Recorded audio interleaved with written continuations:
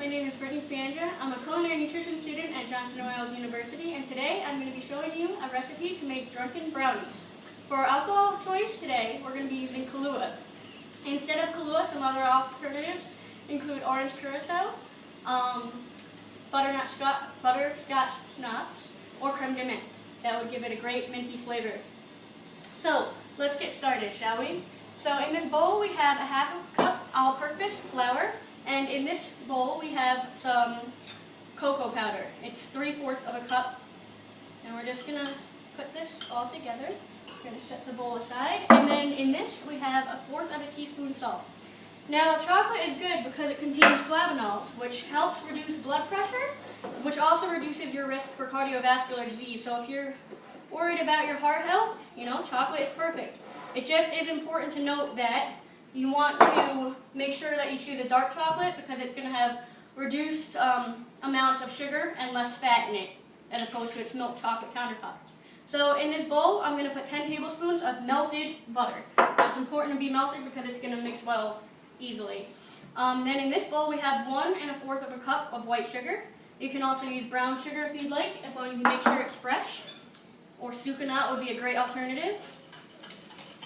And we're going to just whisk that with the butter, make sure that it all comes together.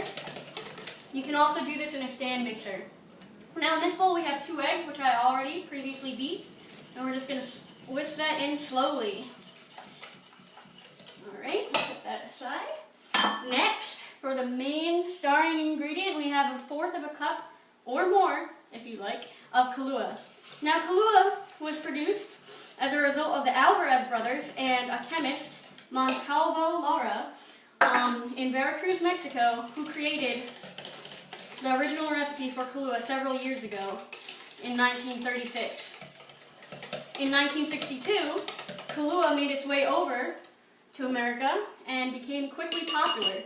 Some of the drinks that it's used in today, now I'm just going to add our dry ingredients.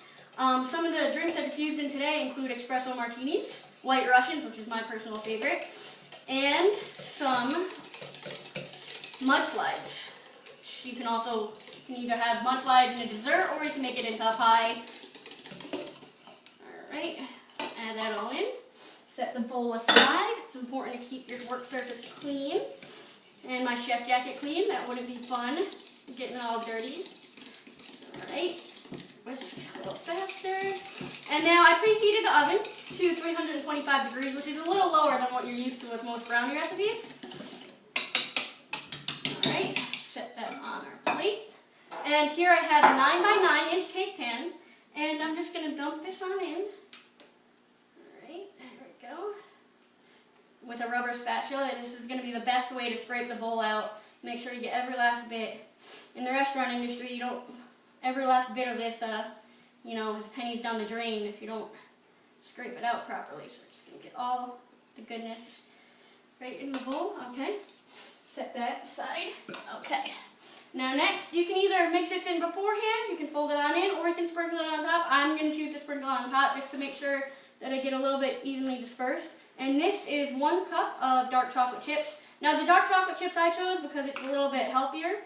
You can use a mix of dark chocolate, milk chocolate, and white chocolate if you'd like. And you may also add in a 1/2 cup of nuts if you'd like a little bit more crunch. Alright, so there we go. We have a nice brownie batter with some chocolate chips on top, and I'm going to pop this in our oven at 325 degrees for about 30 minutes, but I'm going to check on it halfway. But check back soon and I will show you the final product.